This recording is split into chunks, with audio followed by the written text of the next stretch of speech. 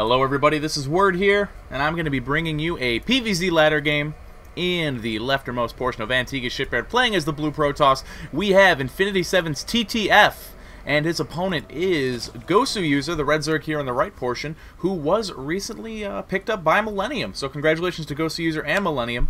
I spoke to goswser at IPL 5, chatted a little bit. Really good player and an awesome guy, so I'm looking forward to see what he can bring. And maybe he'll adopt a little bit of the European style or make it all his own. Of course, TTF playing for Infinity 7. I actually got this replay from him in a replay pack, I should say. I always do that. That he gave to me. And so I have a lot of replays from him, so I'm hoping to cast a lot of them and get them up on the channel. So if you like TTF, and you should, he's a really cool guy, then keep your eyes here because I should be getting a couple more games up. TTF also streams. Of course, goswser does too. The TTF streams, I'll put his stream link in the description because I do watch it a lot as a Protoss player. I think it's IS-Tubby, but I'm not 100% sure, so I will figure that out after I cast the game, and I'll put it in the description of the video for you. So check it out. He's funny, and of course he's a really good Grandmaster Protoss player. goswser, of course, brings his own fame with him, so I don't need to give him too much, but TTF's played in quite a few tournaments as of late, and I think it's pretty cool. Now, we're going to be here on Antigua Shipyard. It's going to be PvZ. We see interesting gateway placement here for TTF. He is going for the gateway expand, obviously, and a lot of the times you'll see it really close. Pylon right here, gateway right here, something like that. Of course, this is because it makes it much less vulnerable to a 6-pool. If your opponent did 6-pool you, and, for example, your gateway is placed right here, it's very easy for him to get a surround on the pylon and take it out. That's why close placement allows you to defend it easier, and it's, of course, much harder for the Zerg to get good connections and stuff like that. You can pull your probes, get them there quicker, so it's a little bit risky form of expansion, but that's what he is going for, so not the biggest deal in the world. It's not quite the very old style where we saw gateway expands right at the ramp, blocking off there. So he'll probably just be going for a 1-gate expand, would be my guess. He's only got 2 in gas here, so he probably wants the quicker Nexus, unless he's throwing this guy in the gas. Nope, not going in. Meanwhile, goswser just doing the standard Zerg openings, getting his pool up, getting his hatch up.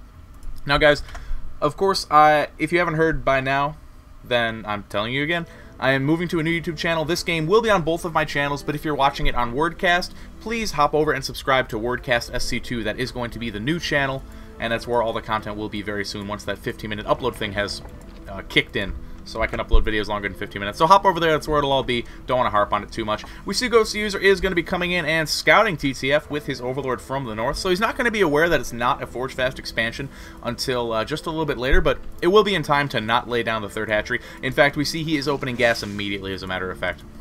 So the Stalker will be able to chase away the Overlord, and oh, actually we do have a second gas getting taken here by TTF. Only 2 in each, though, so he does have a plan. He has a very specific plan, very specific build, possibly just for this map, and I'm looking forward to seeing what it is. Now, of course, the benefit of this faster gateway is, number 1, the faster Stalker, which denies the scouting, and looking at the supply block, kills the Overlord a lot faster than most Zerg players will expect. Now, TTF is coming up here, scouting, looking for the third. Of course, it's not going to be there, and it looks like goswser's Overlord has seen that probe, so he's not going to be able to be too sneaky. Now, goswser has this early gas, and of course that is the best response you can have to a Protoss who is opening gateway, because their pressure can come a lot quicker than an FFE player, and if you do not have speed ready, then you could be in trouble, because an earlier 4-gate against slow lanes can be very deadly. Now, it looks like TTF has fully saturated these gases. We do have a Twilight Council going in the back as well, and 2 gates here at the moment, so I'm not sure if it's going to be DTs or Blink.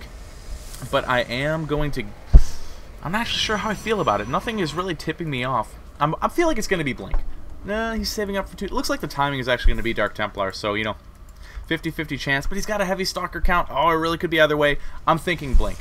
I'm thinking Blink. Nope, it's the DT. Alright, it had to happen. I had to be wrong, but that's okay. So he's going to go for the DTs here. And of course, Gateway Expand means quicker DTs. Now, is goswser going to be prepared for this? Of course, he has compensated for this by having the earlier Evolution Chamber. No earlier Roach Worm, but it's not going to be too important. As long as he can detect these Dark Templar, is going to be able to deal with them. But very nice here by Tubby. He is going to be moving up with a few units. Going to force out a lot of lanes, and we see goswser did have those making. And this is still a very dangerous attack, and it's also probably going to distract him from the need of laying down those spore crawlers, almost said spore colonies there. because he's just, you know, he's busy focusing on this attack, and he's really going to need those Spore Crawlers. That Dark Shrine is 45 seconds away from finishing, and it could do some very good damage. goswser might lose this Queen, pulls back Gnome, and it looks like the speed is just finishing now, so he will have a much better time dealing with this attack. He's going to pick off both of those Zealots, and should get the rest of these Stalkers as well, unless Tubby decides to warp in reinforcements. Looks like that is what he is doing. Meanwhile, 2 Spore Crawlers going up in the base of goswser, so he is going to be completely prepared for this attack, and he will have a good chunk of Lings left over. We see 1 Spore Crawler finishing there at the natural, and another one going in the mineral line of the main. And of course, if your opponent has not expanded yet, and he's got 2 gas, you always have to be wary of DTs, so very good decision making here by goswser. Now, even though the DTs have been pretty much countered, they're still going to be very dangerous. They're still going to be very good at denying expansions. It looks like TTF is going to be forced to wall off here to prevent the counterattack. He needs to warp in units back at home, but he needs to wait for those warp cycles to recharge, and he is on the back end of that. This pylon here hasn't gone undiscovered by goswser. Looks like no, he can come over and kill that whenever he chooses, but the DTs have actually come in here and started to focus down the Spore Crawler and do some serious damage. We got a few drone kills on each of them. Looks like none in the main. We have another Spore Crawler going down in a place where they can't be sniped, but he's forced to put a lot down. And see, even when they're detected, if you focus down those Spore Crawlers while the Lings are all the way across the map, the DTs are incredibly valuable, and it looks like he's going to work on focusing down this hatch. Spore Crawler is going to reburrow. If we take a look at goswser's vision, he can see these DTs, and they're just dancing out of range. Going to start playing with this hatchery a little bit, and he can do this micro for quite a while. Looks like, oh, he's going to save that DT by morphing into an Archon. Very nice there by TTF. goswser in a little bit of trouble. He hasn't lost very many drones, though, hardly any at all. And TTF is only at 28 probes, so he really needs to do some serious damage. Pick off one of these hatcheries or get a ton of drones if he wants to really equalize the economy. And with the Archon here, it's going to be so much better against these Zerglings. Both these hatcheries are very weak, and the Archon will be able to kill a ton of Lings with its splash damage. Will the DTs go down? He will be able to morph them into an Archon, should that be the case, but looks like it's not going to be now. He is going to pull the drones. The Archon and DTs are going to be taken out. Very good decision making there by goswser, pulling those drones, getting that full surround, and taking out what TTF had. But it looks like he's continuing to warp in. We do have +1 weapons getting started with the Forge here, and a Nexus on the way for the Protoss player, up to 31 probes and 37 drones. So actually, he's really not that far behind. It was 28 to 42 before, but that has equalized quite a bit with a few more drone kills. So now he's not in too bad of a position. Of course, the Zerg is 1 base ahead of him, but that's usually the way it is anyway. And he shouldn't be too worried. We do have a Roach Warren and a Lair coming down here very late for goswser, because this is not your standard timing game. And once +1 finishes, he'll be in a much better position. But oh, very good grab on these DTs. The Zealot's not going to be very useful against all these Zerglings. He's going to try to get them into the best position that he can, but goswser does get the full surround. Going to take those both out. And goswser looking pretty good. If you look at the Resources Lost tab, the Protoss is just a bit behind, but mostly what it is that he is stuck on Twilight Tech, which has already been countered. I mean, if you're going to get Blink, Speedlings are the best thing against it, and Infestors, I suppose, but we don't quite have those yet. And he's got speed, and he's got plenty of Zerglings, so TTF really wants to switch over into some kind of splash damage, but he needs to hold off the pressure of the Zerg first. These 2 DTs going to work on denying that third, and these Speedlings really going uncontested.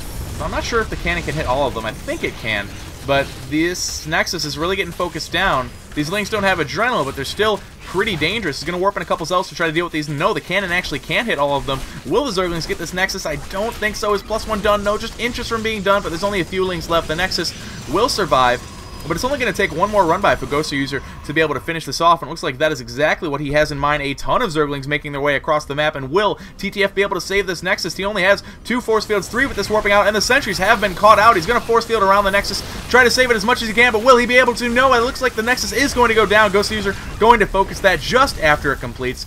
These DTs continuing to deny the third, but goswser doing a great job of denying the natural of TTF, and he is going to be forced to get really scrappy, get those Zerglings away from there. Meanwhile, the DTs are going to try to come in, but we have Overseers and Roaches. TTF is going to lose these DTs if he's not paying attention, and yes, they do get focused down. Very costly losses for the Protoss player, and now we have a huge army moving across the map for goswser. A lot of Roaches and Zerglings. They don't have speed, but they are still very scary, and actually Roach speed is going to be finishing up very soon. TTF does have +1 done, but is it going to be enough? The army supply almost 5 times larger for the Zerg player, and it's going to continue to grow. He's actually droning behind this, and he can probably take a third now that the DTs have been picked off.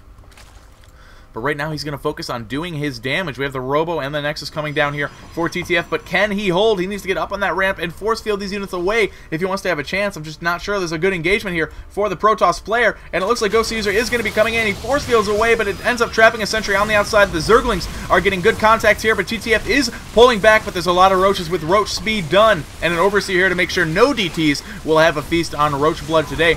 And GG is called by TTF as the flood of units from goswser breaks into the natural and tears down his meager defense. It was really good decision making there by goswser. He knew exactly when to counterattack. He knew how much TTF had invested in those DTs, and unfortunately it did not work out for the Protoss. So that is going to be the end of this game, guys. Thanks for watching. Please make sure to hop over to the new YouTube channel. That's youtube.com/wordcastsc2 and subscribe, because I really do need all of you to come on over. I would really appreciate it. And of course, check out TTF's stream in the description. Thanks for watching, and word up.